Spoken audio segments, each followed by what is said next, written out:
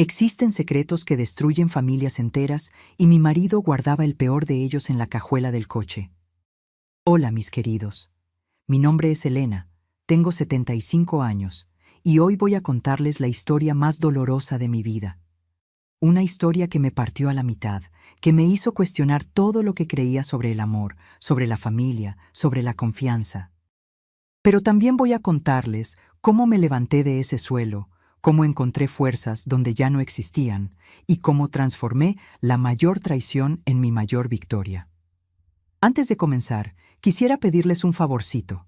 Si les está gustando el video, dejen un like aquí abajo. Eso ayuda mucho para que más personas puedan escuchar historias como la mía. Suscríbanse al canal también, porque estoy segura de que se van a identificar con muchas cosas que tengo para compartir. Y cuéntenme en los comentarios desde dónde me están viendo. Quiero saber si hay gente de todo México y Latinoamérica escuchándome. Pueden comentar, ¿eh? Leo todos. Ahora vamos allá. Esta historia comienza en 1967. Yo tenía 26 años en esa época. Era una mujer joven, llena de sueños, de esperanzas. Me había casado a los 18 con Roberto, un hombre que conocí en una fiesta de la parroquia. Él tenía 22 años, era guapo, tenía ese aire de hombre trabajador, serio, de palabra. Mi papá aprobó el matrimonio de inmediato. En aquella época, saben cómo era.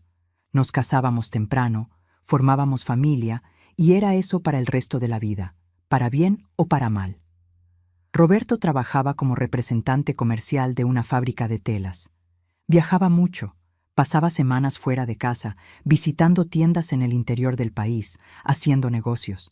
Era un trabajo que pagaba bien, gracias a Dios. Podíamos vivir con dignidad. Nunca faltó nada en casa. Yo era ama de casa, cuidaba de nuestros 3 hijos, Juan, que en esa época tenía 7 años, María Eduarda con 5 y Pedrito, el más chico, con apenas 3 añitos. Nuestra vida era sencilla, pero era buena, o al menos eso pensaba yo. Vivíamos en una casa de 2 recámaras en un barrio obrero aquí en la ciudad. No era nada lujoso, pero era nuestro rinconcito, ¿saben? Yo cuidaba de todo con mucho cariño. Me levantaba a las 5 de la mañana para hacer el café, preparar el lonche de Roberto cuando estaba en casa, arreglar a los niños para la escuela, lavaba la ropa a mano. En el lavadero del patio, planchaba esas camisas de Roberto hasta que quedaran perfectas, porque él era muy exigente con su apariencia. Decía que un vendedor necesitaba estar siempre bien presentado. Yo nunca me quejé del trabajo, nunca. Era mi papel, era lo que toda mujer hacía en esa época. Y lo hacía con amor, porque amaba a mi marido, amaba a mis hijos, amaba a nuestra familia. Yo creía que estábamos construyendo una vida juntos, que todo ese esfuerzo, toda esa dedicación valía la pena. Roberto viajaba mucho, como dije, a veces se quedaba 10, 15 días fuera. Volvía cansado, medio distante, pero yo entendía. Imaginaba que debía ser difícil estar tanto tiempo en la carretera, durmiendo en pensiones baratas, comiendo en restaurantes sencillos, lejos de casa, lejos de la familia. Yo siempre lo recibía con comida caliente, con la casa arreglada, con cariño. Intentaba hacer que se sintiera bien, que esos días en casa fueran especiales antes de que partiera nuevamente. Pero con el tiempo, empecé a notar algunas cosas extrañas, cambios pequeños, sutiles, que al principio incluso traté de ignorar. ¿Saben cuando sienten que algo no está bien, pero no pueden poner el dedo exactamente dónde? Era así, una sensación fea en el pecho, una inquietud que no me dejaba en paz. Roberto estaba cada vez más distante. Cuando llegaba de los viajes, casi no hablaba conmigo. Se quedaba callado, encerrado en su propio mundo. Antes me contaba sobre las ciudades que visitaba, sobre los clientes graciosos, sobre las dificultades del trabajo. Platicábamos en la mesa de la cena mientras los niños jugaban, pero eso fue terminando. Él llegaba, cenaba en silencio y se iba a dormir. Cuando yo intentaba platicar, respondía con monosílabos, con impaciencia. Y había otra cosa. Los viajes se estaban haciendo cada vez más largos. Antes se quedaba una semana fuera, máximo 10 días. Pero empezó a quedarse 15, 20 días. Una vez se quedó casi un mes. Yo le preguntaba si todo estaba bien en el trabajo, si había algún problema, si lo necesitaban tanto así. Él decía que era temporada de ventas, que había muchos pedidos, que necesitaba cubrir más ciudades. Yo le creía. ¿Por qué no le creería? Era mi marido, el padre de mis hijos. Pero mi corazón no se tranquilizaba. Había algo mal. Lo sentía en las entrañas. Empecé a notar otras cosas también. Cuando Roberto llegaba, siempre dejaba las maletas en la cajuela del coche. Siempre. Estacionaba frente a casa, entraba, me saludaba rápidamente y solo después de bañarse, de cenar, de estar un rato en casa, iba a buscar las maletas. Me parecía extraño, pero no comentaba. Pensaba que tal vez estaba con flojera o que las maletas eran demasiado pesadas. Un día le ofrecí traer sus maletas mientras él se bañaba. Su reacción fue desproporcionada. Se puso nervioso, casi agresivo. Dijo que no necesitaba, que él mismo las traería después, que yo no debería tocar sus cosas. Me quedé choqueada. Nunca había visto a Roberto reaccionar así. Le pedí disculpas, dije que solo quería ayudar y me fui a la cocina con el corazón apretado. Empecé a prestar más atención y me di cuenta de que era siempre así. Guardaba esas maletas en la cajuela como si fueran un tesoro, como si hubiera algo ahí que nadie podía ver. Llegaba de viaje, entraba a casa, y las maletas se quedaban ahí encerradas en el coche. Solo iba a buscarlas cuando tenía la certeza de que yo estaba ocupada, que estaba en la cocina o cuidando a los niños o en el lavadero lavando ropa. Empecé a ponerme paranoica. Pensaba en 1000 cosas. ¿Será que traía mucho dinero y tenía miedo de asaltos? ¿Será que tenía documentos importantes? ¿Será que había otra cosa? No quería pensar en aquello, pero el pensamiento venía, invadía mi cabeza, me quitaba el sueño. Había una cosa más que me molestaba profundamente: el olor. Cuando Roberto volvía de los viajes, tenía un olor diferente. No era solo sudor, no era solo cansancio, era perfume, perfume de mujer. Yo conocía bien ese olor porque era diferente de mi perfume, diferente de cualquier cosa que yo usara. Era algo más dulce, más empalagoso. Al principio pensaba que sería de alguna clienta, de algún abrazo de saludo en alguna tienda, pero el olor era demasiado fuerte. Estaba en su ropa, en su cabello. Yo nunca tuve el valor de preguntarle directamente. Tenía miedo de la respuesta. Tenía miedo de que mi sospecha fuera verdad. Porque si lo era, ¿qué haría yo? ¿A dónde iría con 3 hijos pequeños? ¿Cómo sobreviviría? En aquella época, una mujer separada era un escándalo. Era motivo de vergüenza, de chisme, de juicio. Yo no tenía profesión, nunca había trabajado fuera de casa. No tenía experiencia en nada, además de cuidar la casa y a los niños. ¿Qué sabía hacer? Cocinar, limpiar, lavar, planchar. Cosas que toda ama de casa hacía, pero que nadie pagaba por ellas. Entonces tragaba el miedo, tragaba la sospecha y fingía que todo estaba bien. Pero Dios, cuando quiere revelar la verdad, encuentra una manera. Y en mi caso, usó a la persona más improbable, María. María era una señora de unos 50 años que trabajaba como trabajadora doméstica en las casas del barrio. Era una mujer humilde, sencilla, de pocas palabras, pero de corazón enorme. Trabajaba en la casa de doña Lourdes, mi vecina, todos los miércoles, y también hacía limpieza en otras casas de la calle. Yo la conocía de vista, la saludaba cuando nos veíamos en la banqueta, pero no teníamos una amistad cercana.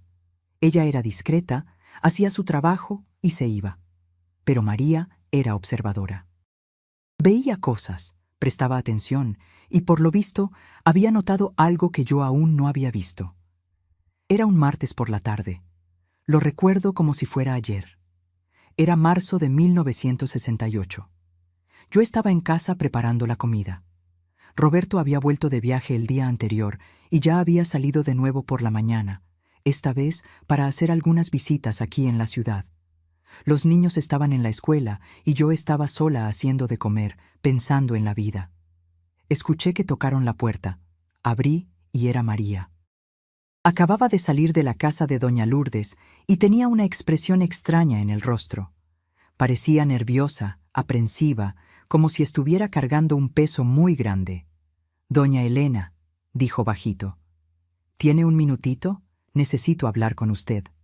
Me sorprendí, pero abrí la puerta y le pedí que entrara. La llevé hasta la cocina, le ofrecí un café, pero rechazó. Se quedó ahí de pie, retorciendo las manos con ese aire de quien tiene algo difícil que decir. «¿Qué pasó, María? ¿Ocurrió algo?», pregunté, sintiendo el corazón acelerarse.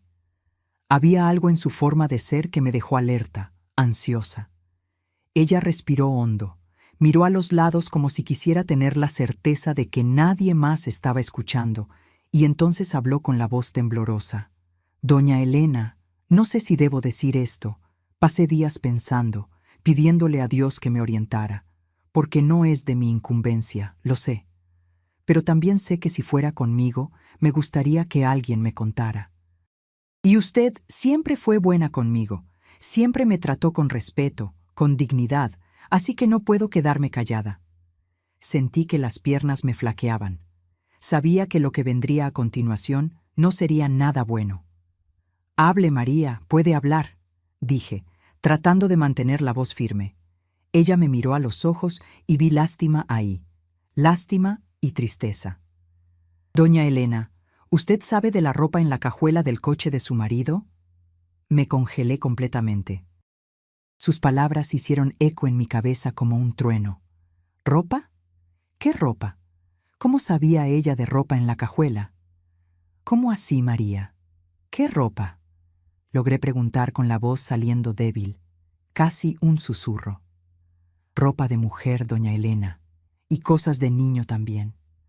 Vi el otro día cuando su marido estaba sacando unas cajas del coche. Abrió la cajuela y yo estaba pasando por la banqueta. Vi un montón de ropa femenina ahí dentro, vestidos, faldas, blusas, y había un osito de peluche también, de esos de niño pequeño. Cerró rápido cuando me vio, pero yo vi todo. El mundo giró a mi alrededor. Sentí que me iba a desmayar. Ropa de mujer, osito de niño, en el coche de mi marido. ¿Qué significaba aquello? ¿Qué? No quería creer lo que estaba escuchando. María continuó con los ojos aguados. Pensé que podía ser algún encargo, algo del trabajo de él, pero luego vi de nuevo la semana pasada.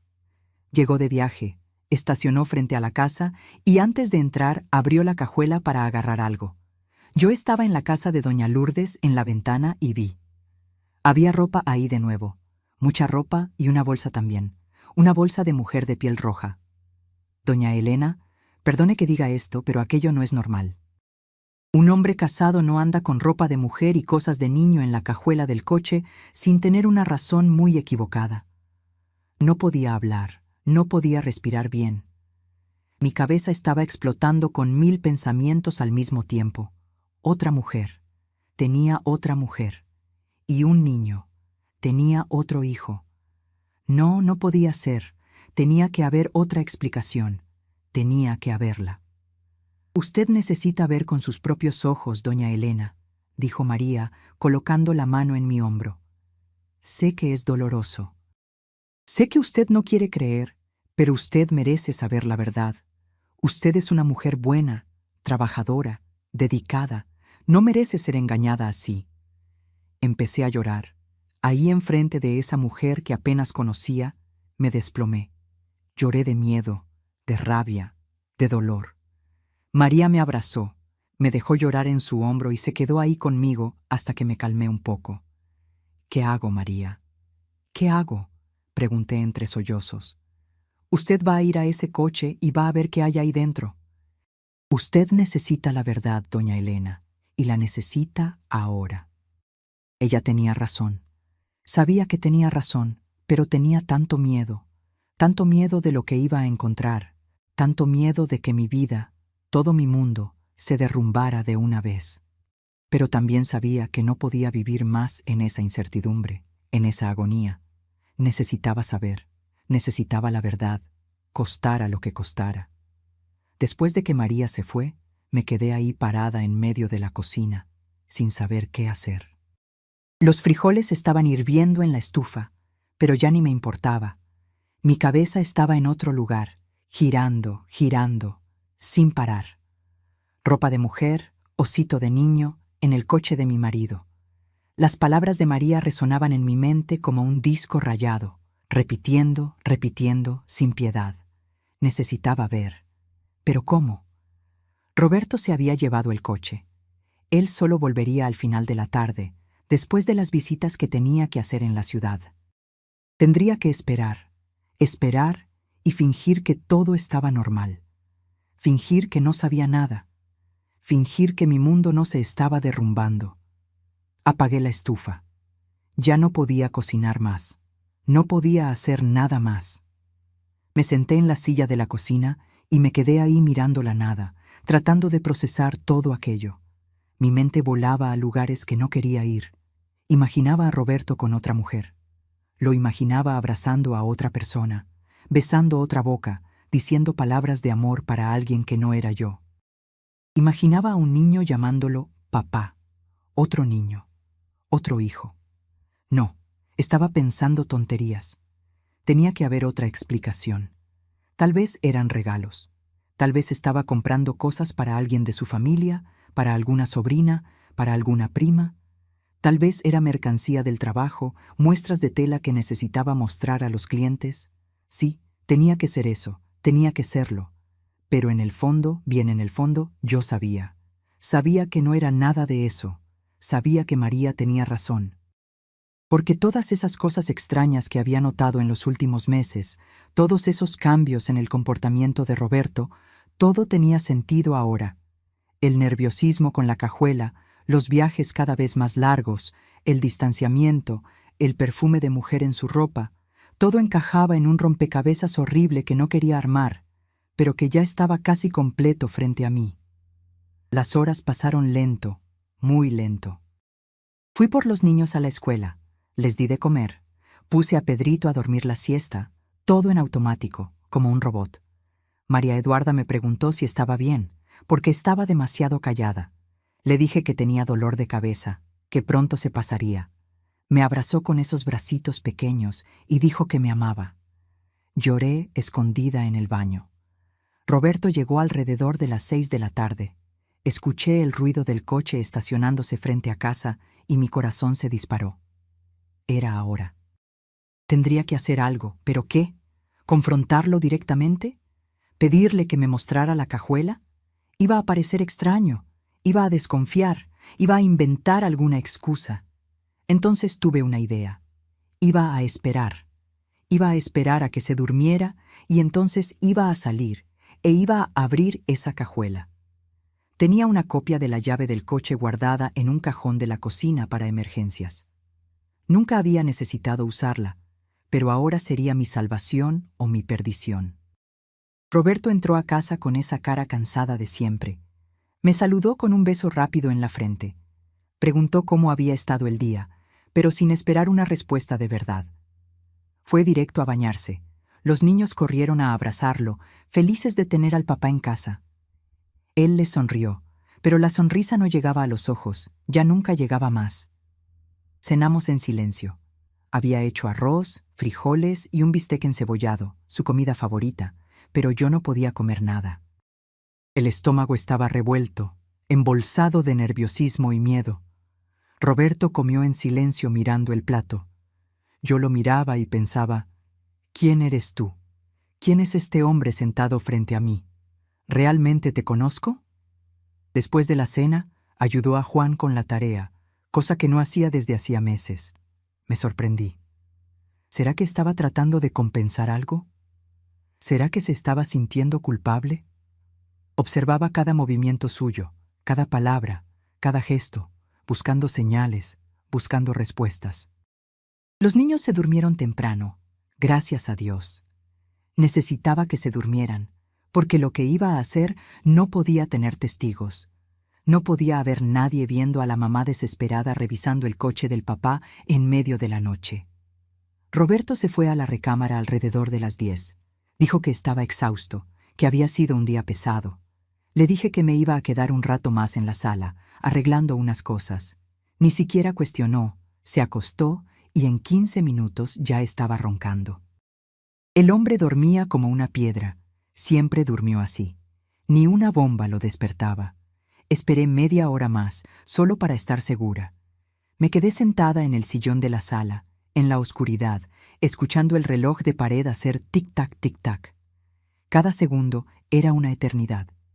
Mi corazón latía tan fuerte que pensaba que iba a salir por la boca.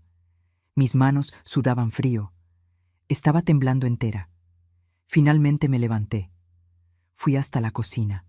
Abrí el cajón donde guardaba la llave de repuesto del coche. Estaba ahí en medio de otros objetos, esperándome. Agarré la llave, la puse en el bolsillo del vestido y fui hasta la puerta del frente. Abrí despacio, con cuidado de no hacer ruido. La calle estaba desierta, silenciosa. Solo se escuchaban los grillos cantando y un perro ladrando a lo lejos. El coche estaba estacionado justo frente al portón. Un Ford Galaxy azul, año 66. El orgullo de Roberto. Cuidaba ese coche como si fuera un hijo. Lo lavaba todos los fines de semana, lo enceraba, revisaba el aceite, las llantas. Amaba ese coche más de lo que me amaba a mí, pensaba yo a veces. Caminé hasta el coche con las piernas temblorosas. Puse la llave en la cerradura de la cajuela y giré. El clic del seguro abriéndose sonó demasiado fuerte en la noche silenciosa.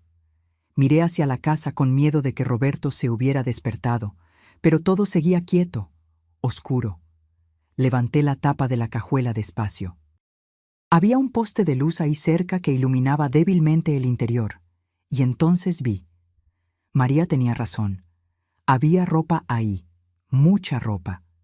Del lado izquierdo, apiladas con cuidado, había piezas femeninas. Un vestido de bolitas azul y blanco, del tipo que estaba de moda en esa época. Una falda negra de tablones, 2 blusas de manga corta, una amarilla y una rosa. Un cardigan de lana blanca, medias pantalón todavía en el empaque y un par de zapatos de tacón bajo color café, talla 5. Yo calzaba 7. Del lado derecho había cosas de niño. Un mameluco azul de bebé con patitos bordados, 2 camisetitas pequeñas blancas, un pañal de tela doblado y ahí en la esquina ese osito de peluche café que María había mencionado, con una corbatita roja en el cuello y ojitos de vidrio que brillaban en la luz débil. Agarré el osito con las manos temblorosas. Era nuevo, limpiecito, oliendo a tienda. Una etiqueta todavía estaba pegada en su orejita. Sentí que el estómago se me revolvía. Aquello era un regalo. Un regalo para un niño. ¿Para el hijo de quién? De Roberto. Volví a poner el osito con cuidado, como si fuera a romperse. Mis manos siguieron buscando. Había una bolsa de papel ahí en el fondo debajo de la ropa. La jalé y la abrí. Adentro había más cosas. Un frasco de perfume francés de esos caros, con el nombre Chanel No. 5 escrito en la etiqueta dorada. Yo nunca había tenido un perfume así en la vida. Un labial rojo vivo, marca Helena Rubinstein. Una cajita de polvo compacto, un frasco pequeño de esmalte de uñas color de rosa, y había una bolsa de mano de piel legítima, roja con broche dorado, exactamente como María había descrito. Agarré la bolsa, era pesada. Tenía cosas adentro. Abrí el broche con los dedos, temblando tanto que casi no podía. Dentro de la bolsa había una cartera femenina de piel café. Abrí la cartera y ahí estaba. La primera foto era de una mujer joven, bonita, de cabello negro y liso hasta los hombros, sonriendo a la cámara. Usaba un vestido floreado y estaba sentada en una banca de plaza. Detrás de ella se veían árboles y un parquecito infantil.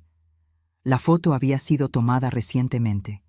Podía verlo por la calidad, por el papel fotográfico nuevecito. Pero no era solo eso. Había otra foto. En esta, la misma mujer estaba cargando a un bebé pequeño, de meses.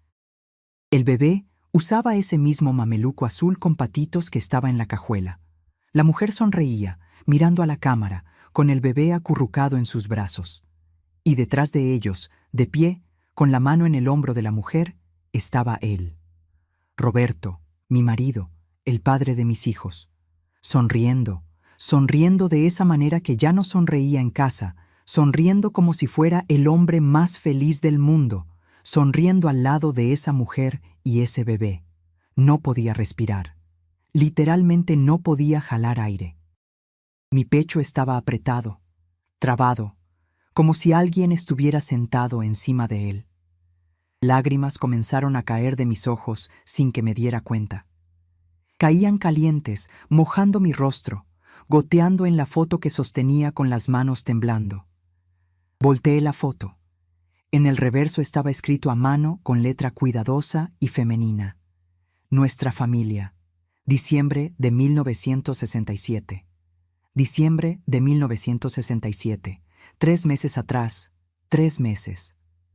Mi cabeza no procesaba, no podía ser real, no podía ser verdad, pero estaba ahí en mi mano, la prueba incontestable.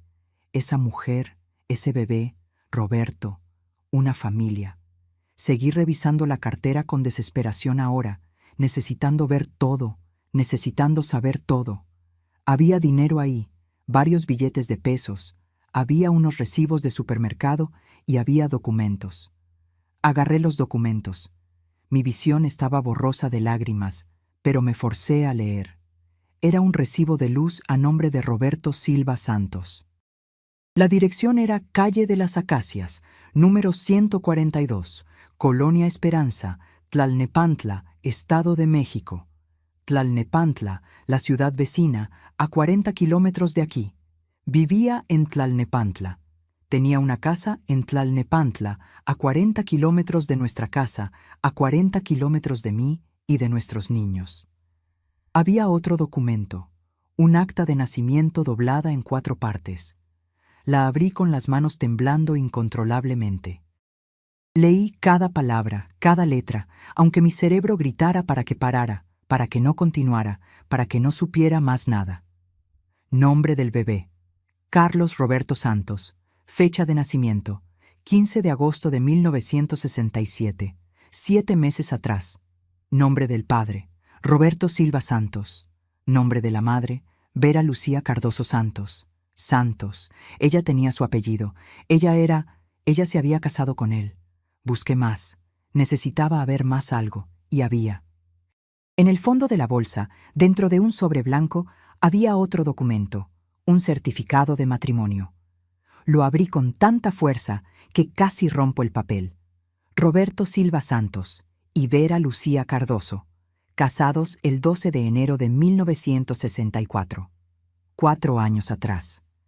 Se había casado con ella hace 4 años, mientras estaba casado conmigo, mientras vivía conmigo, mientras dormía en mi cama todas las noches que estaba en casa. Bigamia. Mi marido había cometido bigamia. Tenía 2 esposas, 2 familias, 2 hogares, uno en cada ciudad. Y yo, idiota, ingenua, dedicada, nunca había desconfiado, nunca había imaginado. Pensaba que estaba trabajando, pensaba que estaba viajando por su trabajo, pensaba que estaba siendo un buen proveedor, un buen padre, un buen marido. Todo mentira, todo era mentira. Me apoyé en el coche porque mis piernas ya no me sostenían. Caí de rodillas ahí mismo en la calle, sosteniendo esos papeles, esas fotos, esa prueba maldita de la traición. Lloré. Lloré como nunca había llorado en la vida. Lloré de dolor, de rabia, de humillación. Lloré por mí, por mis niños, por toda la vida que pensaba que tenía y que nunca existió de verdad. ¿Cuánto tiempo lo había planeado? ¿Cuánto tiempo había vivido esa mentira? ¿Cómo podía? Cómo me miraba a los ojos, besaba mi rostro, dormía a mi lado, sabiendo lo que estaba haciendo. Cómo tenía el valor. Y esa mujer, Vera Lucía, ¿será que sabía de mí? ¿Será que sabía que él tenía otra esposa, otros hijos? ¿O será que ella también estaba siendo engañada? ¿Será que Roberto le había dicho que era viudo, o soltero, o quién sabe qué? Y ese bebé, Carlos Roberto, medio hermano de mis hijos, un niño. inocente que ni sabía de la existencia de ellos, que ni sabía del desastre que su papá había hecho. No sé cuánto tiempo me quedé ahí arrodillada en la calle, sosteniendo esos documentos. Pudieron ser 5 minutos o 1 hora. Había perdido la noción del tiempo, del espacio, de todo. Solo existía ese dolor, ese vacío enorme en el pecho, ese sentimiento de haber sido destruida por dentro. Finalmente logré levantarme. Guardé todo de vuelta en la bolsa. Cerré la cajuela, la aseguré.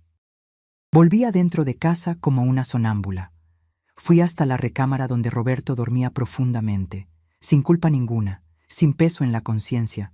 Lo miré ahí, acostado boca arriba, roncando, tranquilo, en paz.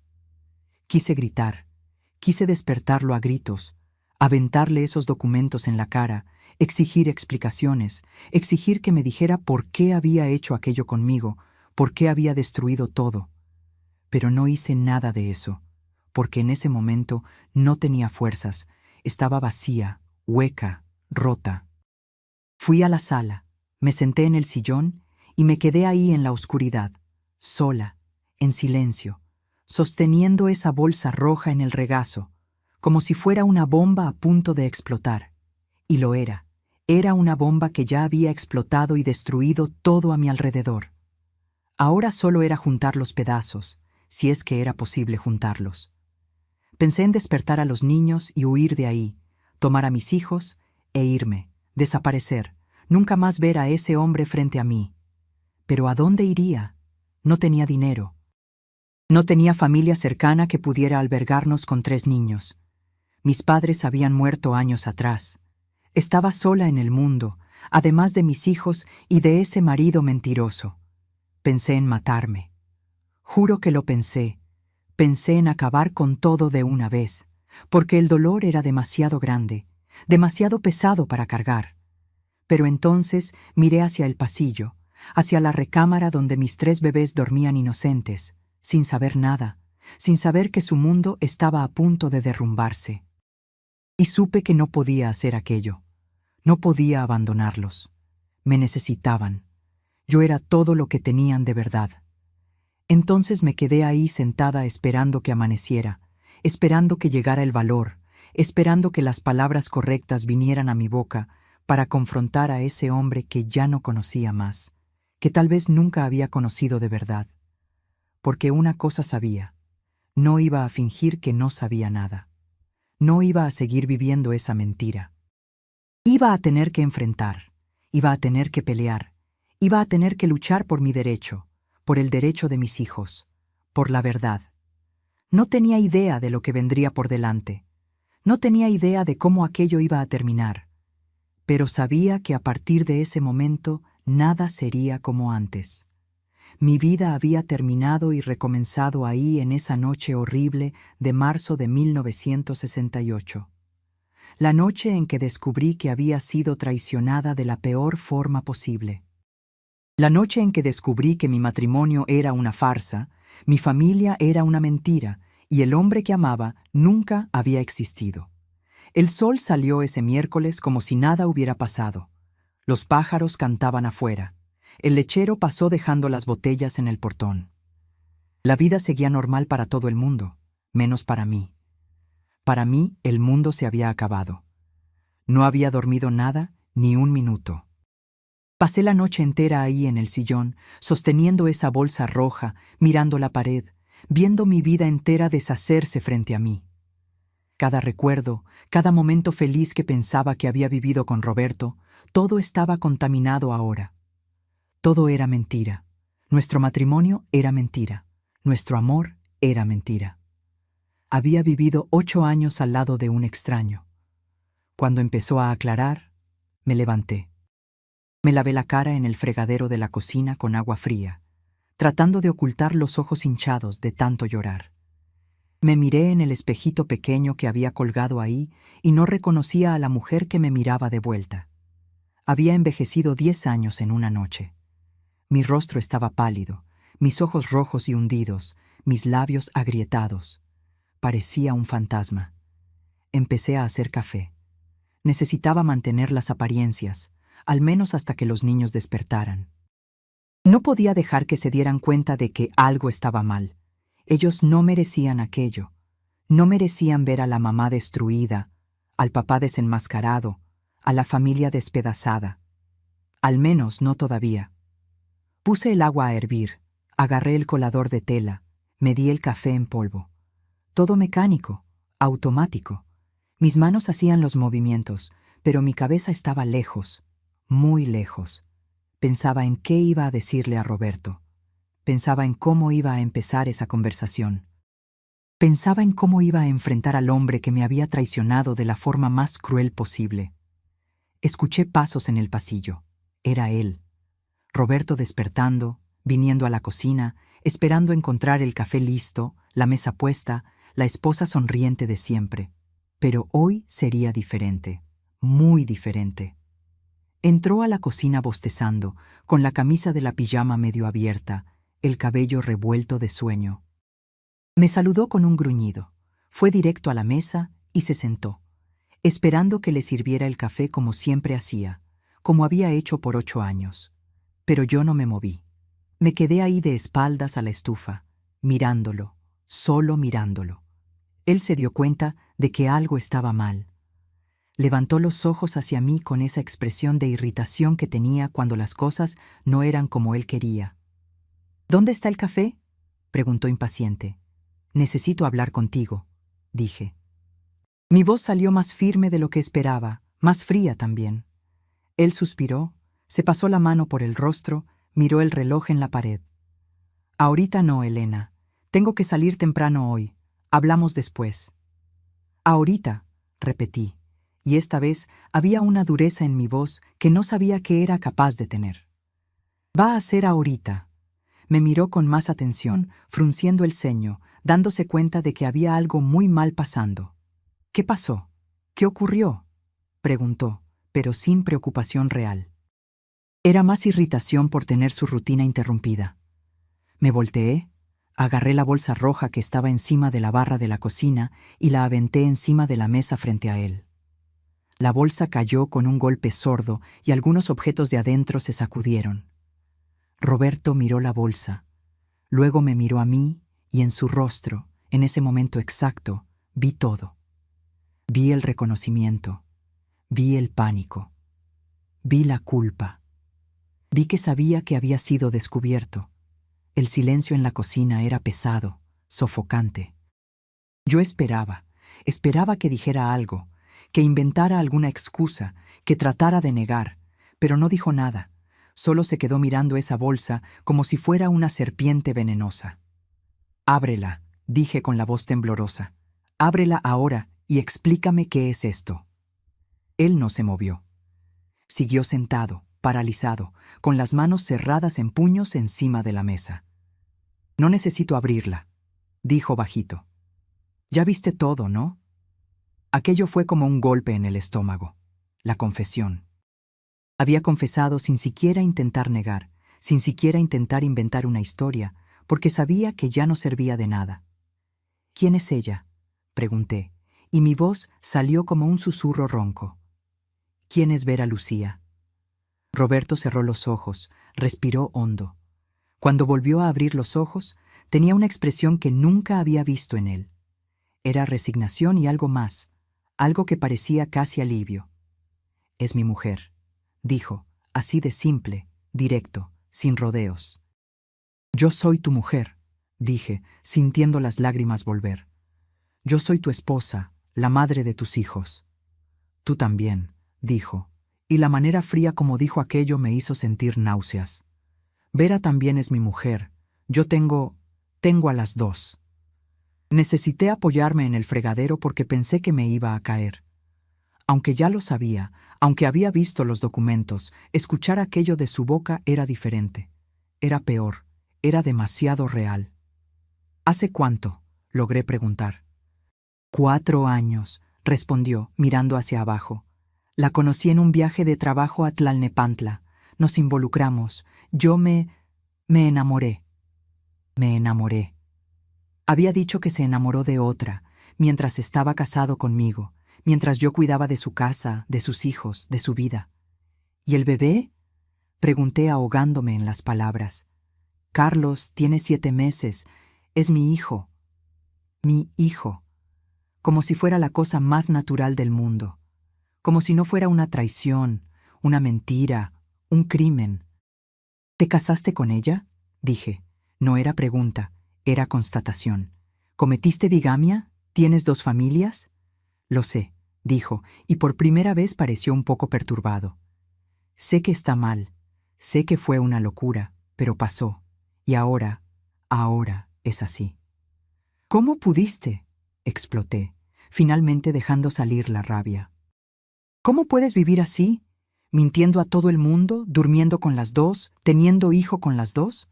¿Cómo te ves en el espejo y no sientes asco de ti mismo? Tú no entiendes, dijo, levantando la voz también por primera vez. Tú no entiendes nada. Yo necesitaba más, necesitaba algo diferente.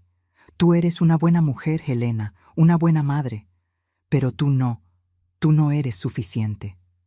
No soy suficiente. Esas palabras cortaron mi corazón como un cuchillo. No soy suficiente. Después de todo lo que había hecho, de todo lo que había sacrificado, de todos los años dedicados a él, yo no era suficiente.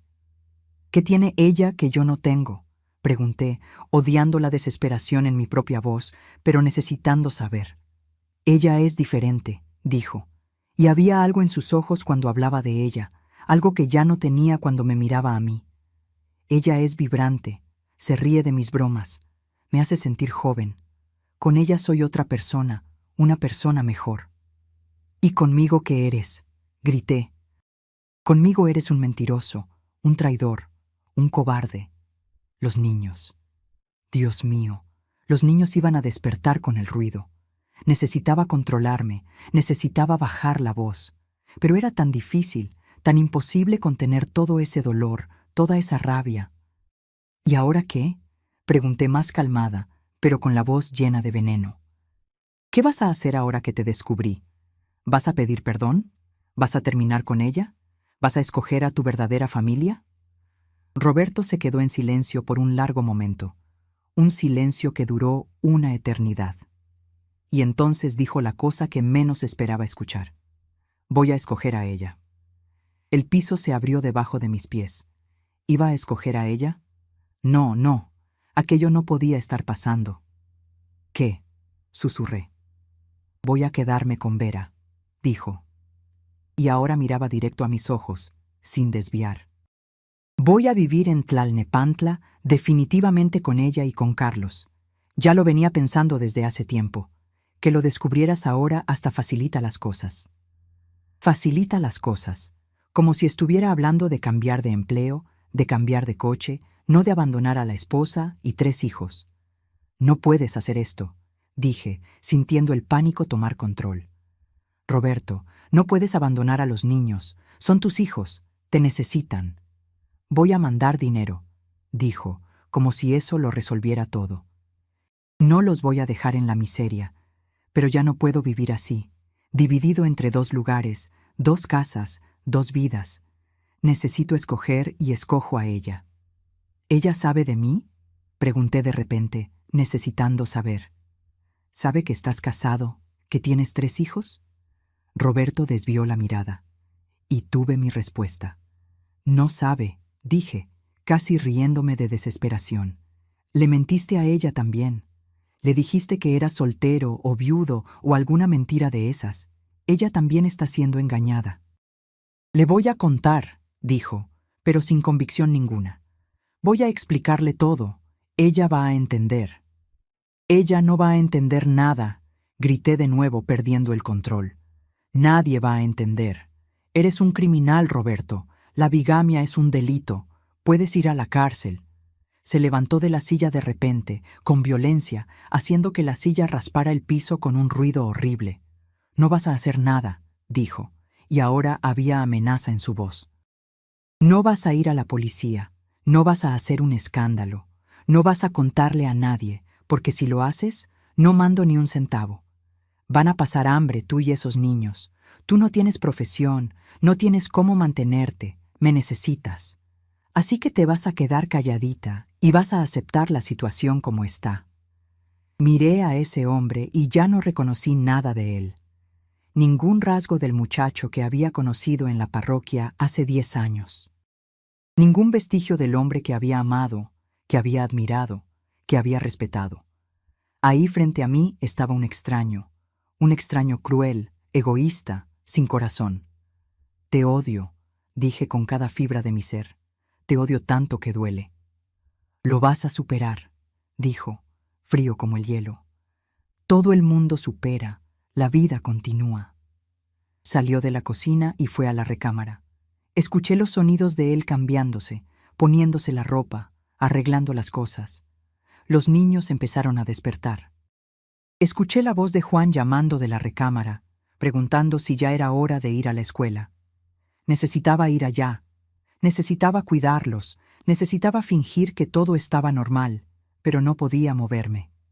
Estaba clavada en el piso de esa cocina, mirando esa bolsa roja maldita encima de la mesa. Roberto volvió ya vestido, con una maleta pequeña en la mano. Una maleta que no lo había visto agarrar. La había dejado lista. Ya sabía que se iba a ir, ya había decidido todo. «Voy a venir por el resto de mis cosas otro día», dijo, parándose en la puerta de la cocina. «Cuando estés más calmada, y voy a mandar dinero a fin de mes. No mucho, porque ahora tengo 2 familias que mantener, pero lo suficiente para que no pasen necesidad». «Sal de aquí», dije con la voz baja, pero firme. «Sal de mi casa, sal de mi vista, no quiero volver a ver tu cara». Él asintió como si hubiera estado esperando exactamente esa reacción. Dio media vuelta y fue hacia la puerta del frente. Lo seguí.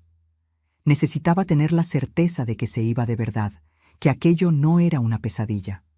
Abrió la puerta, agarró otra maleta que estaba escondida ahí cerca y salió. Ni volteó hacia atrás, ni se despidió de los niños. Simplemente se subió al coche y se fue. Vi el Ford Galaxy azul desaparecer en la esquina, llevándose con él toda mi vida, toda mi seguridad, todo mi futuro. Los niños vinieron corriendo a la sala, ya vestidos con la ropa de la escuela, buscando el desayuno. Juan preguntó dónde estaba el papá. Le dije que había salido temprano a trabajar. Mentí. Mentí como él me había mentido todos esos años. Pero yo mentí para proteger a mis hijos. Él mintió para protegerse a sí mismo. Les di el desayuno en automático, pan con mantequilla, leche con chocolate. Ellos comían hablando, contando sobre los sueños que tuvieron, sobre los juegos de la escuela, inocentes, completamente inocentes de todo lo que estaba pasando, de todo lo que acababa de derrumbarse. Los llevé a la escuela, volví a casa y ahí, sola, finalmente, me desplomé. Caí en el piso de la sala y lloré. Lloré hasta que no tuve más lágrimas. Lloré hasta que me dolió la garganta. Lloré hasta que ya no podía respirar bien. Lloré por la mujer que era y que había dejado de existir. Lloré por la familia que pensaba que tenía y que nunca fue real. Lloré por el futuro que había imaginado y que me había sido arrancado. Los días siguientes fueron los peores de mi vida. Roberto no volvió, no llamó, no mandó noticias. Era como si se hubiera evaporado, como si nunca hubiera existido. Tuve que explicarles a los niños que el papá se había ido a un viaje muy largo, que iba a tardar en volver. Preguntaban todos los días cuándo iba a aparecer. Yo no sabía qué responder. El dinero que tenía en casa se acabó en una semana. Roberto no mandó nada a fin de mes, como había prometido. Nada, ni un peso. Las cuentas empezaron a llegar. Luz, agua, la renta de la casa. No tenía cómo pagar, no tenía de dónde sacar. Traté de hablar con la familia de él, los hermanos, los tíos, pero nadie sabía dónde estaba. O sabían y no me querían decir. Empezaron a mirarme con lástima, con curiosidad mórbida. Los chismes empezaron. Doña Lourdes, mi vecina, esparció por toda la calle que Roberto me había abandonado. No sabía los detalles de la segunda familia, pero sabía que se había ido, y eso ya era suficiente para convertirme en el tema del barrio. Las otras mujeres empezaron a evitarme como si fuera contagiosa, como si el abandono fuera una enfermedad que podían agarrar si se acercaban demasiado. En la panadería, en el mercado, en la misa, sentía las miradas, los cuchicheos. «Pobrecita de Elena», decían. «El marido se escapó con otra. Debe haber hecho algo mal. Mujer abandonada es porque no supo retener al hombre». La humillación era insoportable. Peor que el dolor, peor que la falta de dinero, era el juicio, el desprecio, la condena de una sociedad que culpaba siempre a la mujer, nunca al hombre que había traicionado, mentido, abandonado, siempre a la mujer que no había sido suficiente, que no había sabido mantener al marido en casa. Ya no salía de casa, excepto para lo esencial, llevar y traer a los niños de la escuela, comprar lo mínimo de comida que el dinero que tenía guardado en casa permitía. Solo eso. El resto del tiempo me quedaba encerrada, con las cortinas cerradas, tratando de volverme invisible. Un mes después del abandono, recibí una carta. Era de él. Finalmente. La abrí con las manos temblando, con el corazón acelerado, con una esperanza idiota de que tal vez se estaba arrepintiendo, tal vez estaba volviendo. Pero no. La carta tenía 3 líneas. Elena, adjunto 50 pesos. Es lo que puedo mandar este mes. Cuida bien a los niños. Roberto. 50 pesos. Era la mitad de lo que gastábamos por mes. No alcanzaba ni para pagar la renta. Estaba sola, completamente sola, sin marido, sin dinero, sin esperanza, con 3 niños que criar, que alimentar, que vestir, y sin la menor idea de cómo iba a hacer eso. Me senté en la cama esa noche, mirando a mis hijos, durmiendo inocentes en los colchones de su recámara, y pensé, se acabó. Mi vida se acabó. Con 27 años era una mujer acabada, destruida, sin futuro. Pero ahí, en ese momento de desesperación total, de oscuridad completa, algo pasó dentro de mí. Algo pequeño, casi imperceptible, una chispa, un destello de rabia, de indignación, de negativa a rendirme. Miré a esos 3 niños durmiendo, confiando en mí, dependiendo de mí, y pensé, no voy a rendirme. No voy a dejar que ese hombre nos destruya. No voy a dejar que esta situación me rompa de una vez. Voy a luchar, voy a sobrevivir y voy a demostrarle a él, a todo el mundo, que soy más fuerte de lo que piensan.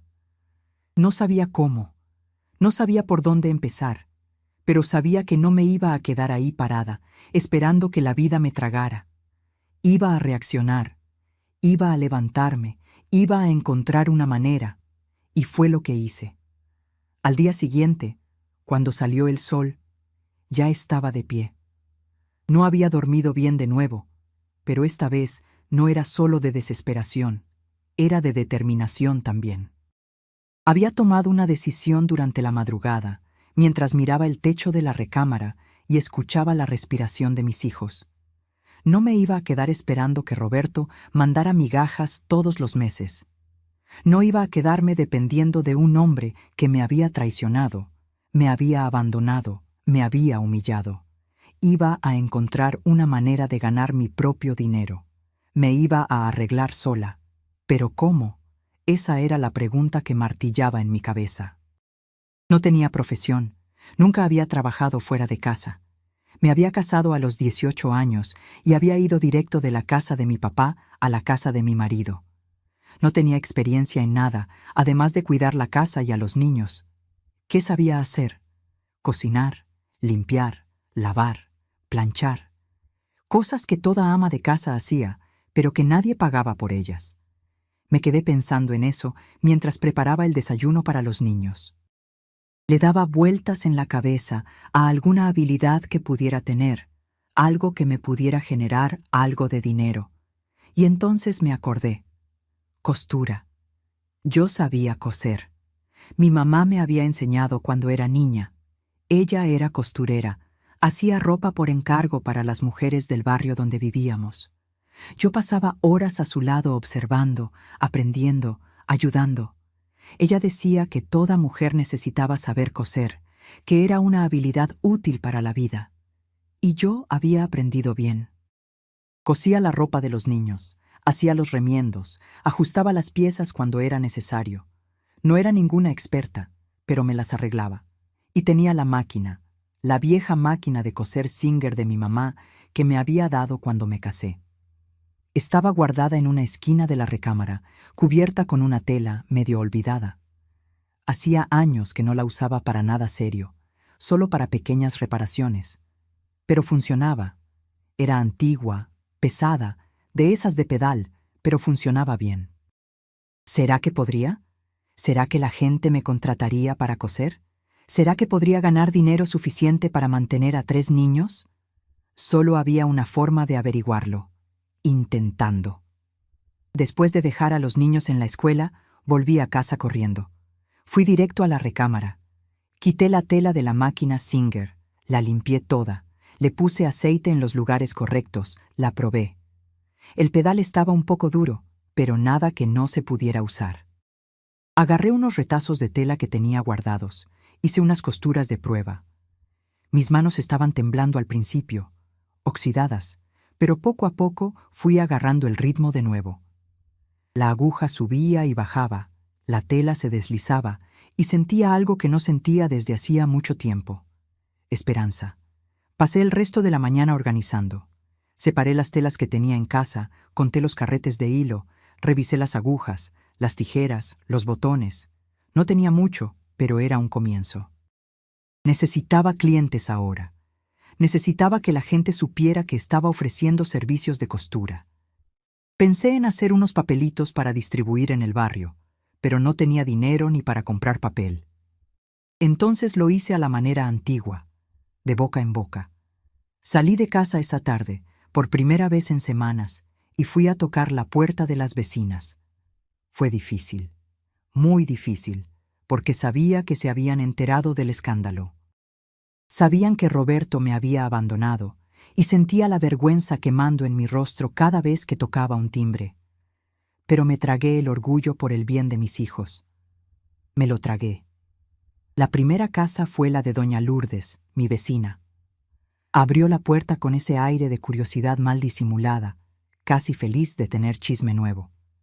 «Hola, doña Lourdes», dije, forzando una sonrisa. «Vine a avisar que estoy haciendo costuras aquí en casa ahora.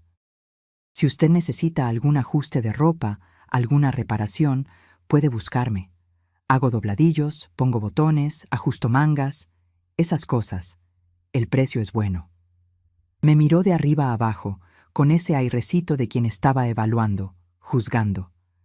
Después sonrió, pero la sonrisa no llegó a los ojos. «Ah, sí, qué bueno, hija. Cuando necesite, te busco». Pero yo sabía que no me iba a buscar. Lo sabía por su manera, por el tono de voz. Pero estaba bien. Había otras casas, otras personas. Pasé la tarde entera yendo de puerta en puerta por toda la calle. Algunas mujeres fueron amables, dijeron que iban a pensar, que tal vez tenían algo. Otras fueron frías, casi ni me miraron a la cara, dieron excusas. Yo entendía. Una mujer abandonada era un tabú en esa época. Las otras mujeres tenían miedo.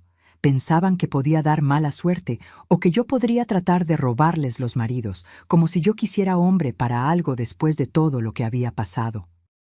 Volví a casa desanimada, con el corazón apretado.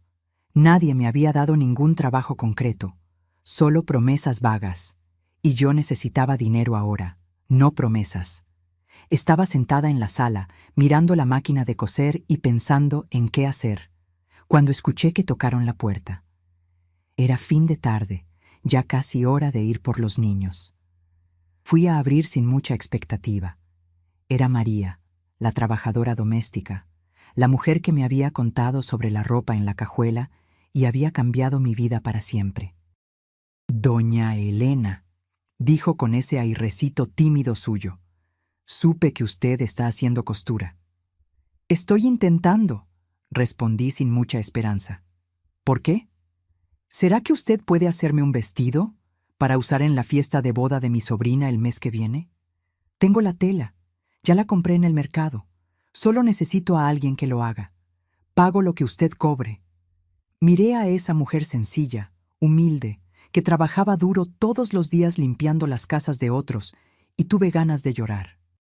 Ella me estaba dando la primera oportunidad, el primer trabajo de verdad. Y más que eso, me estaba dando dignidad. Me estaba tratando como profesional, no como objeto de lástima. «Lo hago, María», dije con la voz entrecortada, «con mucho gusto». Entró, sacó de la bolsa una tela linda, azul marino, con florecitas blancas pequeñitas. Me mostró un recorte de revista con el modelo que quería. Era un vestido sencillo, pero bonito, con cuello redondo y mangas cortas, cinturón marcando la cintura. «Puedo hacerlo», dije, ya visualizando el trabajo. «¿Cuándo lo necesita?» «Tengo un mes», dijo, «pero puede hacerlo con calma». «¿Y cuánto va a costar?» No tenía idea de cuánto cobrar. No tenía experiencia ninguna con precios. Pensé rápido. Calculé el tiempo que iba a llevar, el trabajo involucrado. 20 pesos, dije medio insegura. Sus ojos brillaron. «Está barato. La costurera allá del centro cobra el doble de eso. Mire, le pago 30 para que sea justo». «No necesita, María», dije conmovida. «20 está bien». «Yo insisto», dijo. «Usted tiene 3 niños que criar sola, necesita más que yo». Y entonces hizo algo que nunca voy a olvidar. Abrió su bolsa vieja y sacó 15 pesos, la mitad del pago, por adelantado. «Tome aquí, para que usted compre hilo, esas cosas. Lo demás se lo pago cuando recoja el vestido listo». Agarré ese dinero con las manos temblando. 15 pesos. No era mucho, pero en ese momento era todo. Era comida en la mesa, era esperanza, era el comienzo. «Gracias, María», dije, y las lágrimas empezaron a caer sin que pudiera contenerlas. «Muchísimas gracias. Usted no sabe cuánto significa esto para mí». Me abrazó de verdad, con fuerza, con cariño, como hacía tiempo nadie me abrazaba. «Nos ayudamos, doña Elena. Así funcionan las cosas. Cuando una mujer cae, las otras necesitan extender la mano, porque la vida ya es demasiado dura». Esa noche, después de acostar a los niños, me quedé hasta tarde trabajando en ese vestido. Tomé las medidas de María de memoria, dibujé el molde en papel periódico, corté la tela con todo el cuidado del mundo. Cada corte tenía que ser perfecto. Cada costura tenía que ser impecable. Ese no era solo un vestido, era mi reputación, era mi futuro, era la prueba de que podía. Me llevó una semana terminarlo. Trabajaba de madrugada, después de que todos dormían y en las horas que los niños estaban en la escuela. Mis dedos quedaron adoloridos de tanto empujar la tela en la máquina. Mi espalda dolía de estar encorvada sobre el trabajo, pero no paraba. Hice cada detalle con esmero. El cuello perfecto, las mangas simétricas, el dobladillo recto, el cierre bien puesto. Cuando terminé, miré ese vestido colgado en el gancho y sentí orgullo. Orgullo de verdad. Estaba hermoso. Llamé a María para que se lo probara. Vino un sábado por la mañana, tímida, casi sin creer que estuviera listo. Se puso el vestido y cuando se miró en el espejo pequeño de mi recámara, su rostro se iluminó. «Ay, doña Elena, quedó hermosísimo. Parece ropa de tienda». «¿Le quedó bien?», pregunté ansiosa. «¿No le aprieta en ningún lado?». «Está perfecto», dijo, girando frente al espejo. «Mejor de lo que imaginé. Usted tiene don para esto». Pagó los 15 pesos restantes, me abrazó de nuevo y se fue, feliz de la vida, con el vestido doblado en la bolsa. Y entonces empezó. María usó el vestido en la boda, y todas sus amigas preguntaron quién lo había hecho. Ella dio mi nombre. La semana siguiente aparecieron 2 mujeres en mi puerta. Una quería que le hiciera una falda.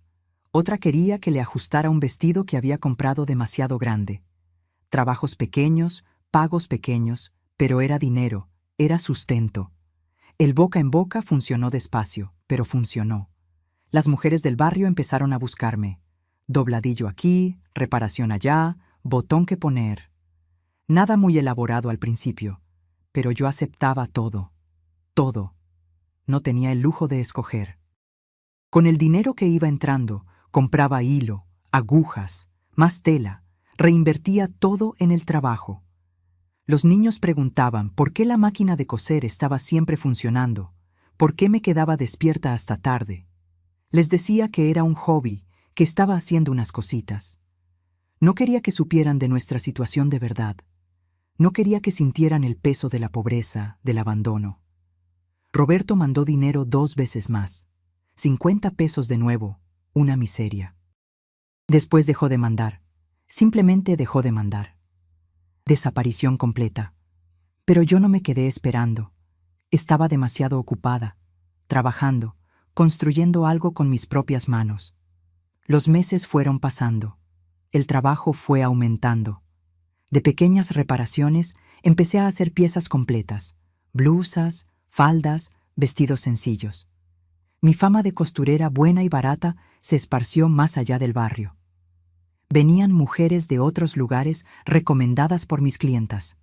Trabajaba como condenada. Me levantaba a las 5 de la mañana, preparaba a los niños para la escuela, después me sentaba en la máquina hasta el mediodía. Paraba para hacer de comer, cuidaba de la casa rápidamente, iba por los niños, les daba atención, hacía la cena, los acostaba. Y entonces, de las 9 de la noche hasta la 1, 2 de la madrugada, volvía a la máquina. Todos los días. Todos los días. Era cansado, lo era. Mi cuerpo dolía entero, mis ojos ardían de tanto forzar la vista. Mis manos vivían con los dedos lastimados de aguja, pero no me quejaba porque era mío, era mi trabajo, mi dinero, mi dignidad. Nadie podía quitarme eso. Con el tiempo, logré comprar una máquina overlock usada de una costurera que se estaba jubilando. Ahora podía hacer acabados mejores, más profesionales. Los trabajos mejoraron aún más de calidad, y con mejor calidad vinieron más clientas y pagos mayores. Al final del primer año, estaba logrando pagar todas las cuentas de la casa con el dinero de la costura. Todas.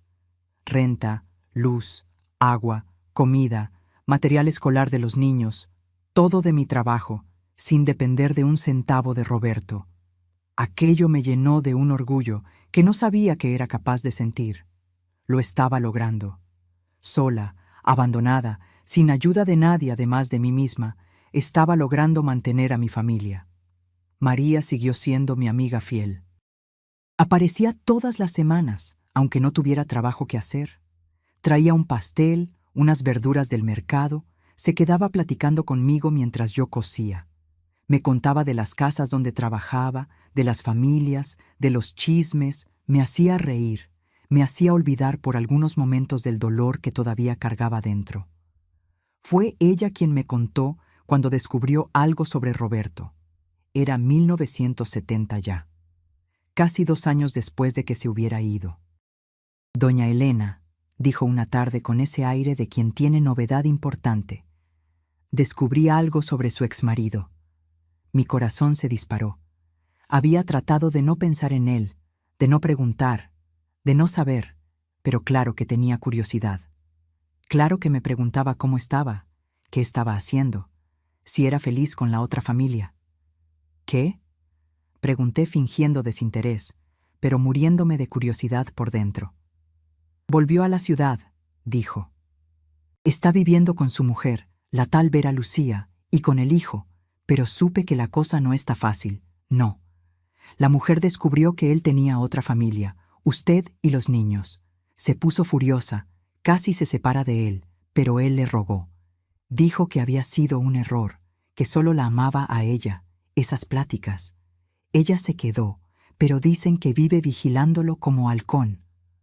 No sabía si reír o llorar.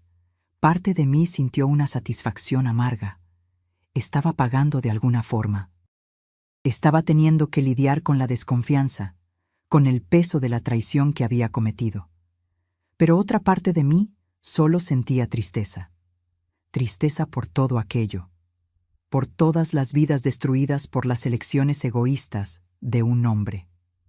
Y hay más. María continuó. Lo despidieron del trabajo. Parece que el patrón descubrió de la bigamia y no quiso saber más de él. Ahora está haciendo trabajitos, trabajo temporal, esas cosas. Está duro para él también. No dije nada. Solo seguí cosiendo, empujando la tela en la máquina, escuchando el ruido rítmico de la aguja. No sentía lástima por él, ni un poco. Había hecho sus elecciones, ahora tenía que vivir con las consecuencias. Los años fueron pasando. 1970, 71, 72. Los niños creciendo, yo trabajando sin parar, el negocio de la costura creciendo junto. Logré rentar una casa un poco más grande, con un cuartito extra que transformé en taller de costura. Compré otra máquina más. A veces contrataba una ayudante para los trabajos más grandes. Mis hijos crecieron viendo a la mamá luchar, viendo que era posible levantarse después de caer, que era posible sobrevivir, prosperar incluso, sin depender de ningún hombre. Juan se volvió un muchacho responsable. Ayudaba en casa, cuidaba de los hermanos menores. María Eduarda se interesó por la costura también. Se quedaba a mi lado observando, aprendiendo. Pedrito era el más sensible. Me abrazaba cuando notaba que estaba cansada. Decía que cuando creciera iba a trabajar y cuidar de mí. Preguntaban poco sobre el papá. Al principio preguntaban mucho, lloraban, extrañaban. Pero con el tiempo fueron aceptando que no iba a volver, que había hecho una elección. Yo nunca hablé mal de él con ellos, nunca los puse en contra del papá, por más que lo mereciera. Dejé que sacaran sus propias conclusiones conforme crecían y entendían las cosas. Y entonces, una tarde de 1973, 5 años después de que se hubiera ido, Roberto apareció en mi puerta. Estaba cosiendo un vestido de novia, mi trabajo más importante hasta entonces, cuando escuché que tocaron. Fui a abrir sin imaginar quién sería. Abrí la puerta y casi me caigo para atrás. Era él, más viejo, más flaco, con el rostro marcado, la apariencia cansada, pero era él. Roberto.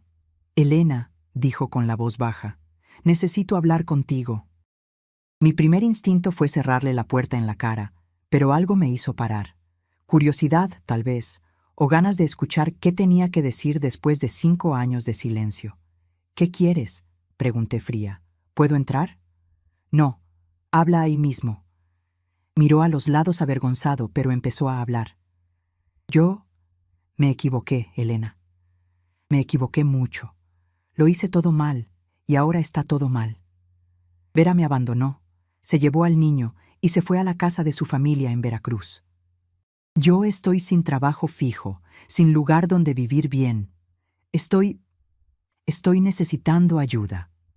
Miré a ese hombre que había sido mi marido, que me había traicionado, me había abandonado, me había dejado en la miseria con 3 niños, y no sentí nada.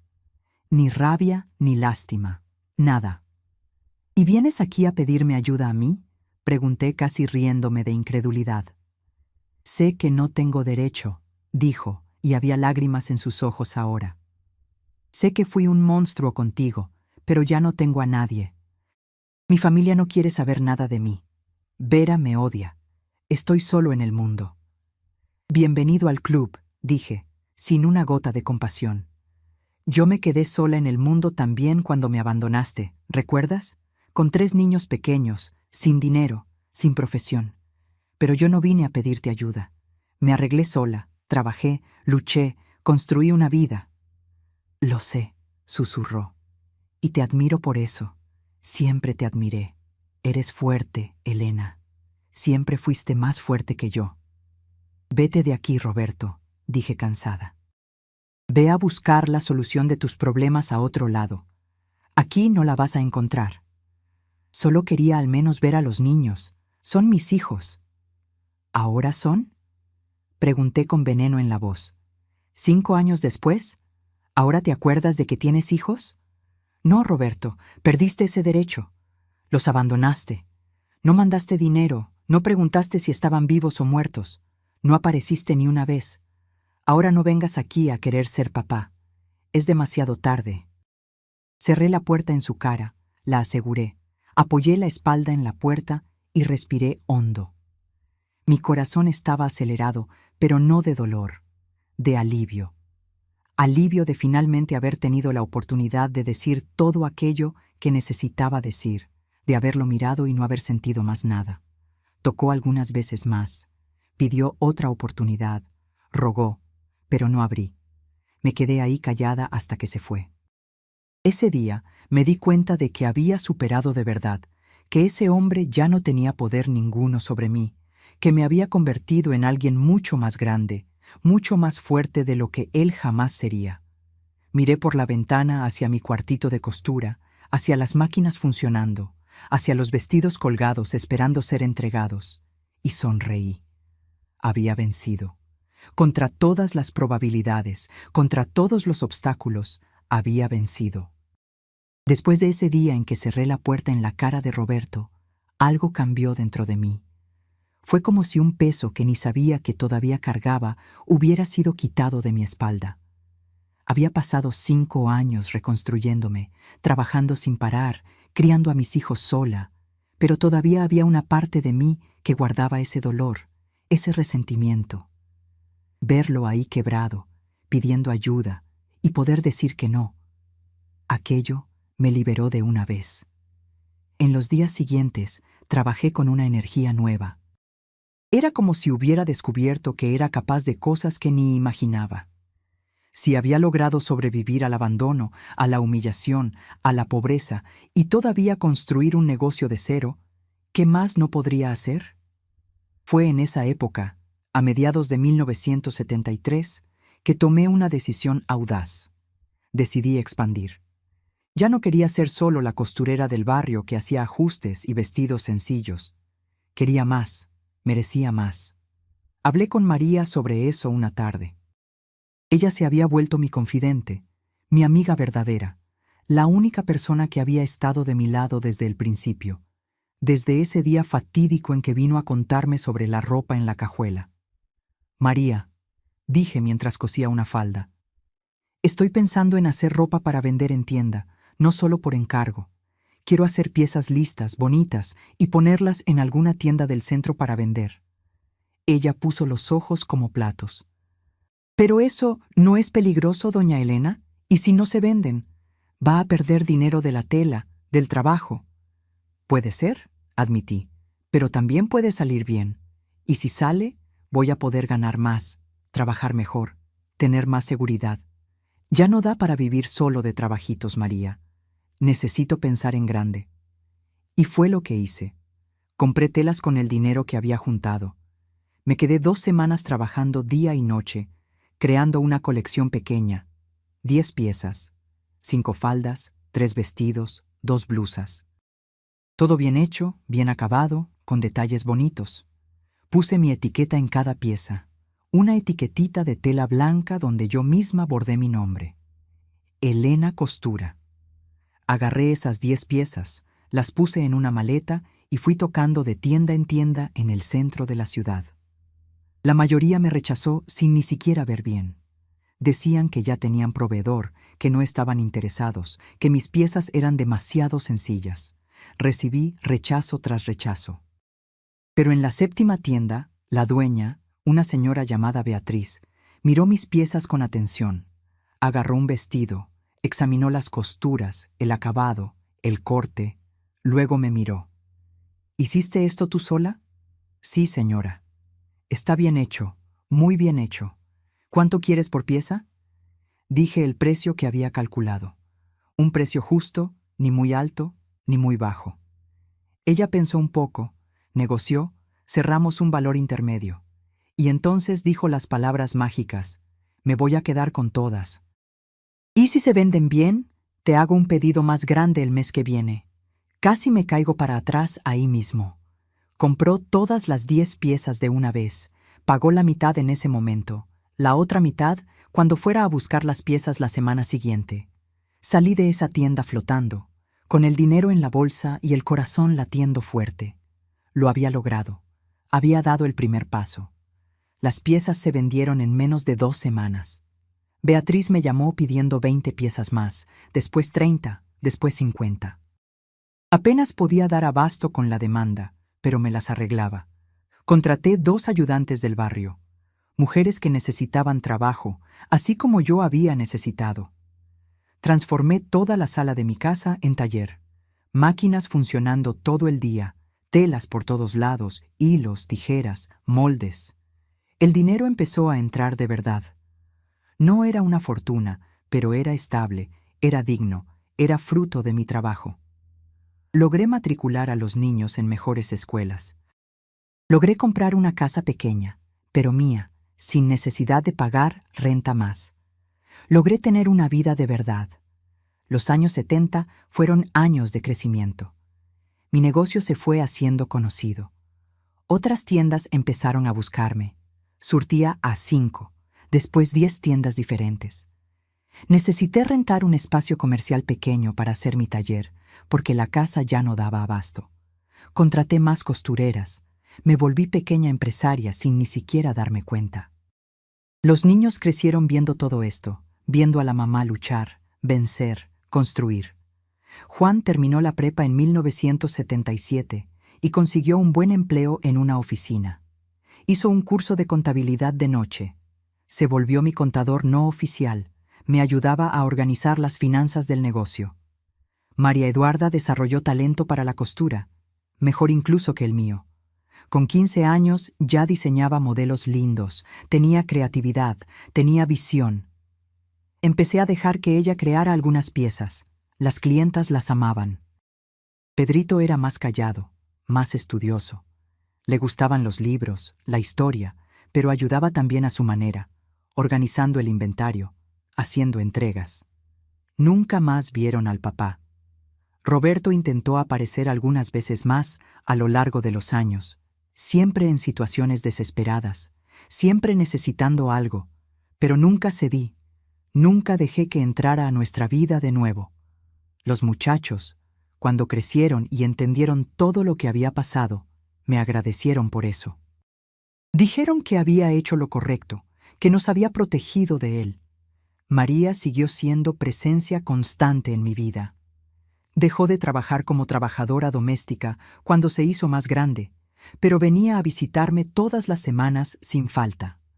Tomábamos café juntas, platicábamos sobre todo, nos reíamos mucho. Ella decía que yo era la hija que nunca tuvo. Yo decía que ella era la mamá que había perdido demasiado temprano.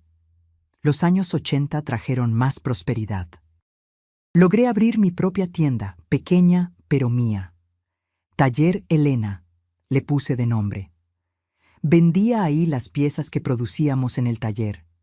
María Eduarda se había vuelto mi socia no oficial. Su creatividad, los modelos modernos que diseñaba, atraían clientas jóvenes. Hacíamos ropa para todas las edades, todos los estilos. Juan se casó en el 83, me dio 2 nietos lindos. María Eduarda se casó en el 87, me dio 3 más. Pedrito tardó más, solo se casó en los años 90, pero me dio los nietos más traviesos, más graciosos. Mi casa vivía llena de niños, de ruido, de vida. Todo lo que había soñado cuando era joven y pensaba que iba a tener una familia feliz, lo logré, solo que de una manera diferente, de una manera que yo misma construí. En los años 90, pasé el negocio a María Eduarda. Ella tenía mejor cabeza que yo para las cosas modernas, para el mercadeo, para expandir. Yo seguí trabajando, pero más despacio, más tranquila. Hacía piezas especiales, vestidos de novia, ropa de fiesta, el trabajo más delicado, más artístico. Recibí noticia de que Roberto había muerto en 1998. Infarto. Murió solo en un cuartito rentado, sin familia cerca. Los hermanos de él me avisaron medio apenados, preguntando si quería ir al velorio. No fui. No por rabia, no por venganza, simplemente porque ese hombre ya no significaba nada para mí desde hacía mucho tiempo. Era un extraño que había pasado por mi vida y había salido de ella. Sus hijos conmigo tampoco fueron. Ellos tenían sus vidas, sus familias, sus trabajos. El papá había sido una ausencia, no una presencia. No tenía nada de qué despedirse. María se enfermó en 2005. Cáncer. Fue rápido, agresivo, cruel. Estuve a su lado en el hospital todos los días hasta el final. Sostuve su mano cuando partió. Lloré más por ella de lo que había llorado por cualquier otra cosa en la vida. Porque ella había sido mi salvadora, mi amiga verdadera, mi hermana de corazón.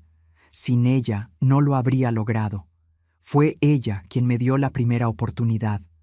Fue ella quien creyó en mí cuando nadie más creía. En su entierro, le prometí frente al ataúd que iba a vivir bien, que iba a ser feliz, que iba a honrar todo lo que había hecho por mí. Y fue lo que hice. Los años 2000 trajeron la edad, las canas, las arrugas, los dolores en el cuerpo, pero también trajeron la sabiduría, la paz, la certeza de que había hecho todo bien, que había sido una buena mamá, una buena abuela, una buena profesional, una buena persona. Hoy, en 2025, tengo 75 años. Mis 3 hijos están bien, cada uno con su vida establecida, sus familias felices. Tengo 8 nietos ya crecidos y 4 bisnietos pequeños que todavía me llaman abuelita y se suben a mi regazo pidiendo historias. El taller Elena todavía funciona, ahora comandado por María Eduarda y por una de mis nietas. Voy de vez en cuando, más para visitar que para trabajar, pero todavía coso a veces en casa por placer, porque coser se volvió parte de mí. Fue lo que me salvó, lo que me dio identidad, lo que me hizo renacer de las cenizas.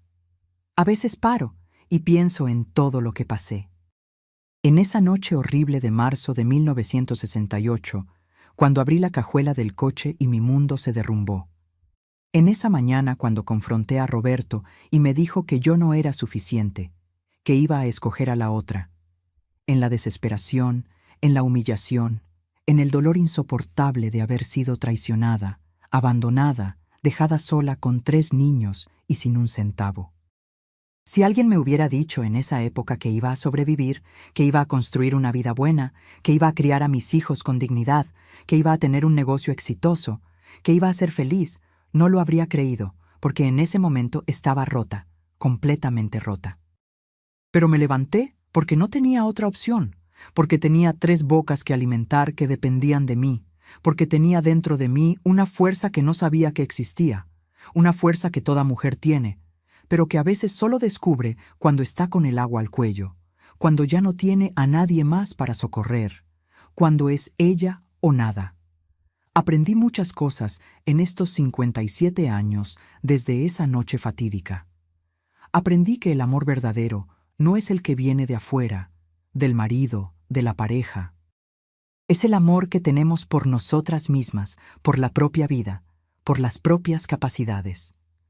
Aprendí que somos mucho más fuertes de lo que imaginamos, que logramos soportar dolores que parecían imposibles de soportar, que logramos levantarnos de caídas que parecían mortales.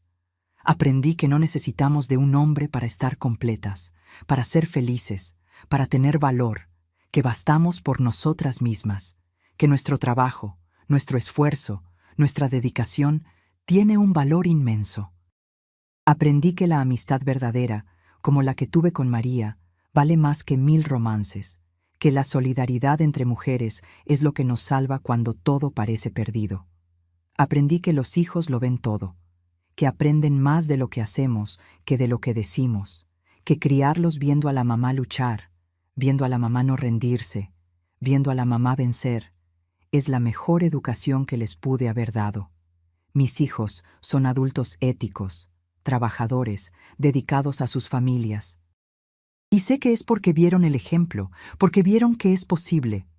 Aprendí que perdonar no significa aceptar de vuelta, que podemos perdonar a alguien que nos lastimó sin tener que volver a abrir la puerta para esa persona, que el perdón es para liberarnos nosotras mismas, no para darle una segunda oportunidad a quien no la merece. Perdoné a Roberto hace muchos años. Ya no guardo rabia ni rencor, pero eso no significa que olvidé. No significa que mereció volver a formar parte de mi vida. Y aprendí sobre todo que la vida continúa, que aunque parezca que terminó, que no hay más salida, que no hay más esperanza, la vida continúa y podemos escoger continuar con ella. Podemos escoger luchar, reconstruir, recomenzar. No es fácil. Nunca dije que fuera fácil. Pero es posible. Siempre es posible. Hoy miro hacia atrás y veo mi trayectoria con orgullo, con mucho orgullo. De esa muchacha de 26 años, destruida, humillada, sin piso, surgió una mujer fuerte, independiente, victoriosa, una mujer que construyó un negocio de cero, que crió a 3 hijos ejemplares sola, que se volvió ejemplo para otras mujeres del barrio que venían a buscarme cuando estaban en situaciones difíciles, pidiendo consejo, pidiendo fuerza. Me volví la mujer que necesitaba haber sido en esa época y ayudé a otras mujeres a volverse también, porque es eso lo que hacemos. Caemos, nos levantamos y entonces extendemos la mano para la siguiente que está cayendo. Así es como la humanidad debería funcionar. Así es como el mundo se vuelve un poco mejor. Si me están escuchando ahora y están pasando por algo difícil, por alguna traición, por algún abandono, por algún dolor que parece no tener fin, quiero decirles algo. Lo van a lograr. Puede no parecer ahora, puede parecer imposible, pero lo van a lograr porque son más fuertes de lo que imaginan. Porque dentro de ustedes hay una guerrera esperando salir, porque la vida, aunque lastima, también cura. Solo necesita darle tiempo, darle trabajo, darle fe. No se rindan. Nunca se rindan, porque lo mejor de su vida todavía está por venir. Lo sé porque lo viví. Lo sé porque soy la prueba viviente de que es posible renacer de las cenizas, de que es posible transformar el mayor dolor en la mayor victoria, de que es posible ser feliz incluso después de tener el corazón partido en 1000 pedazos. Hoy me siento en el portal de mi casa, que compré con mi dinero, que conquisté con mi trabajo, y veo a mis bisnietos jugando en el jardín. Veo a mis hijos y nietos reunidos todos los domingos para almorzar conmigo. Veo el fruto de todo lo que construí. Y siento gratitud. Gratitud por haber sobrevivido. Gratitud por haber luchado. Gratitud por estar aquí viva, entera, feliz. La trabajadora doméstica me llamó a un lado ese día de 1968 y cambió mi vida para siempre. El descubrimiento fue horrible, doloroso, devastador, pero también fue liberador, porque me mostró quién realmente era. Me mostró de lo que era capaz, me mostró que no necesitaba de nadie además de mí misma para ser feliz, para vencer, para construir una vida linda. Y la construí sola, con mis propias manos, con mi propio sudor, con mis propias lágrimas transformadas en fuerza. Construí una vida que vale la pena, una vida de la cual me enorgullezco, una vida que es mía. Y si esta vieja de 75 años lo logró, ustedes también pueden. Crean en ustedes. Levanten la cabeza, sequen las lágrimas y vayan a la lucha, porque merecen ser felices, merecen tener una vida buena y tienen todo dentro de ustedes para lograrlo. Antes de terminar aquí, quiero pedirles algo. Si mi historia les tocó, si los inspiró de alguna forma, dejen un like aquí abajo. Eso ayuda mucho para que otras personas puedan ver, para que otras mujeres que están pasando por momentos difíciles puedan escuchar e inspirarse también. Suscríbanse al canal Diario de la Abuela, activen la campanita, porque todavía tengo muchas historias que contar, muchas lecciones que la vida me enseñó y que quiero compartir con ustedes. Y cuéntenme en los comentarios desde dónde me están viendo. Quiero saber que hay gente de todo México y Latinoamérica escuchándome.